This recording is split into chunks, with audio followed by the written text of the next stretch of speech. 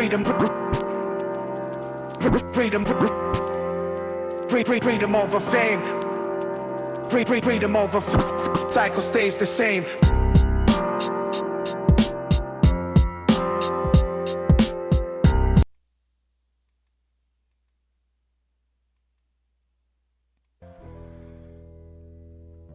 When I liberate myself, I liberate others. American activist Fannie Lou Hamer. Welcome to the Illusion of Liberty podcast. I'm the host, Bianca Butterpecan. We're going live in 3, 2, 1.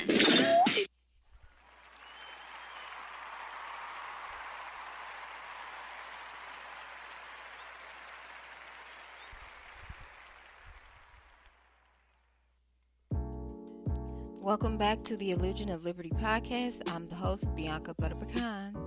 So today, guys, we are going to be discussing bioweapons against blacks or medical exploitation in the United States. So you are in the right space right now, or the right podcast, if you are considered a conspiracist, if that's the word, or conspiracy thinker. If you are a person who's on high alert and aware of government and how it operates, if you have an interest somewhat in politics, law, or spiritual kingdom of God, you are in the right place, because on this podcast, I talk about history, government, and how it pertains to us in real life.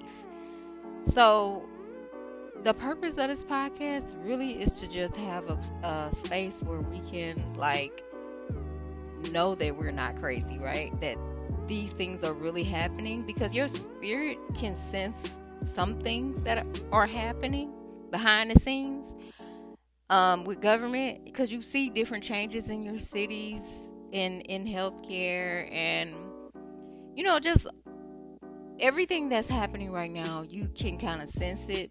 But if you read as well, then you know what is going on too. So,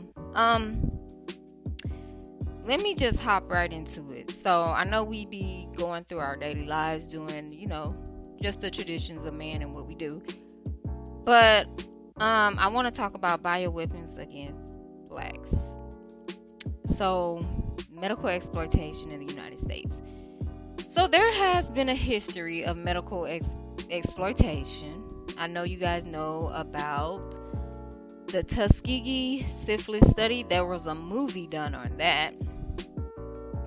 So from 1932 to 1972, the U.S. Public Health Service conducted a study on approximately 400 black men with syphilis, withholding treatment on purpose, the government, to observe the natural progression of the disease. They wanted to study syphilis, and they did it in an unethical way, and they used blacks, American blacks, who were poor, possibly, to study the disease. Another bioweapon in the United States against blacks was something called Aspergillus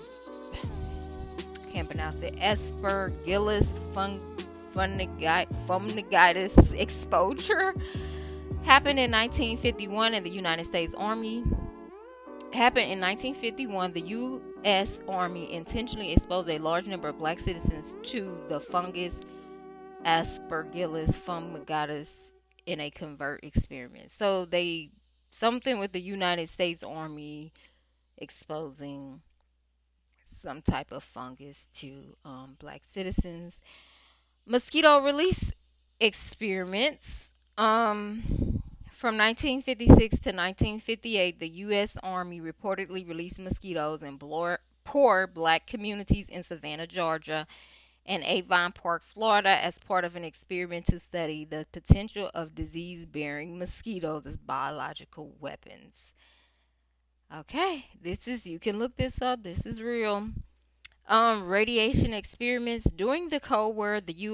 During the Cold War, the U.S. government and military conducted numerous human radiation experiments, including total body irradiation experiments on primarily black cancer patients. Plutonium isotopes were also secretly injected into unsuspecting Americans, with approximately one third being black. So I'm not really pulling the race card, guys. I'm just putting you on high alert on what your government does to people who they feel isn't worthy anymore. So you can know for future purposes what they'll do to you when they feel like you're not, quote unquote, a productive citizen in society or a valuable citizen in society, as this capitalist system grow more control over us. Um, Lastly, historical example of black bioweapons against black is forced sterilization. The practice of forced sterilization was disproportionately applied to black women and other women of color, often carried out without consent as part of a broader eugenics movement. Um, these examples demonstrate a pattern of medical exploitation and unethical experimentation on black individuals and communities in the United States, contributing to a legacy of mistrust towards the medical establishment. Right. So I've always been a person that do not trust man-made regulated healthcare system, because it's really not a healthcare system, it's a sick care system. Anytime you lock up a man who's healing people like Dr. Sebi because he has evidence that he cured people, I mean, even if he was lying and said he cured people, ain't nobody die in his custody. So why you locking him up? You know what I'm saying? Like, people were healed. You locking him up because you don't want people healed, because it puts a dent in the U.S. revenue in the medical system. It's not health care, it's sick care. That's just a side note. And also, there is another government. And if you are a spiritual person, you know that the Most High has his own government. And Yahweh's authoritative, under Yahweh's authority, you have herbs and you have food that repairs your DNA and that can heal certain so-called quote unquote diseases that are really man created, right? A lot of these diseases are. But anyway, back to bioweapons against blacks. Specifically, you can't deny it, right? It's written, it's historical. I had a list of what I consider medical exploitation or bioweapons against blacks. That's perms, perms that are approved by the Food and Drug Administration.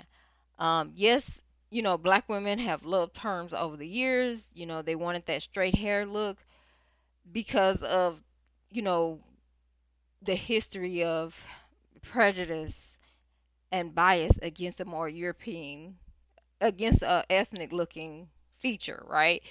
And so people have adopted perms over the years that were approved by the Food and Drug Administration long time ago. I don't know when the first perm came out, but once it went through the Food and Drug Administration, of course they were going to be like, I don't care what chemicals are in here. And even to this day, they will approve it, even though it has been resurfacing now that these perms have chemicals in them that cause cancer and that you can file a lawsuit. But it's approved and regulated by the Food and Drug Administration. This is what your government allowed to be on shelves to put in black women hair. Why? Because it makes a lot of money. I mean, black women spend a lot of money on their hair, even natural hair care products. Reproductive health, birth control. The They put out birth control with the quickness to a lot of different women, especially black women. And there's even been information about Planned Parenthood being introduced to black women for the purpose to abort their babies, because it was said that black women produce a lot of kids. But anyway, but bioweapon against blacks on reproductive health, I think, consists of more black women having a high percentage of removal of their uterus, and also more black women um, getting cancer from birth control. Food chemicals. So there are chemicals in the food ingredients. A lot of the foods that are packaged and processed have chemicals in them, and they have to go through the Food and Drug Administration as well, and they are being approved. A lot of food that we eat in the U.S. that are approved are not approved in France, are not approved in other countries. Why they let it hit the shelves and knowing the conditions that it caused? Because of the moolah, baby. That's why. And also because they don't really care about that population, or any population that is. I mean, government is a capitalist society in the United States, so they pretty much care about the big wigs. Another one that I just was introduced to that may be considered a bioweapon against blacks or medical exploitation is ancestry DNA. So a lot of people, you may have heard of ancestry DNA or 23andMe, where you swab your mouth and you turn it in, and these people get your DNA, and apparently in their claws they can keep your DNA and do whatever they want with your DNA. Use your DNA as a bioweapon. Um, it's interesting to see. Oh, I want to know if I'm this percentage of Nigerian, but if they can keep your DNA, I never liked that idea of somebody having my DNA, you know, or somebody stealing my DNA, which probably happens too when you visit the hospital or anything like that. Um, but ancestry DNA, guys, is really not 100%. Like a lot of people, especially blacks, American blacks, you really can't trace back. Um, you can't trace back your ancestry like that. I mean, they'll tell you what part of Africa you're from, but you know, blacks, um, we're past Nigeria, okay? Our origin stems from 5,000 years ago. Um, well, not maybe more than 5,000 years ago, man. I mean, I would say way past the New Testament of the Bible, like, but we just weren't called specifically blacks because that is not the right term for an ethnicity or a bloodline. That is not the right term. African American is not the right term. Um, so yeah, that's another story. That takes you. That's that'll take a long time to explain. But anyway, we have to be more aware and advocate for ourselves in the government U.S. healthcare system. So when people introduce you to a pharmaceutical drug they say will help your condition, or when people tell you what vaccination your kids need, you have to be really careful, especially new moms, because I know a lot of new moms that just let the doctor do what they want to do, and oh, he can take that or she can take that. Really pay attention to those vaccinations and stand your ground if you don't want your child to have those vaccinations, because they're coming back with side effects. They're coming back with side effects, and you don't want that for your child. Be more conscious and be more alert, you know, of your food ingredients, of your hair product ingredients. You know, try to really be more alert on that and care about yourself more and take a mature thought about it and protect your family and yourself. You know, if you're one of those people like, I don't care, I've been living this long and I've been eating Cheetos. Well, I mean, great. Ignorance is bliss. I promote bliss for sure. But if you're conscious, do what you got to do. And I'm going to sign off. And that's all I wanted to talk about, guys. But thank you for listening to the Illusion of Liberty podcast. And I will be back with another episode on federalizing cities and smart cities. All right. Peace.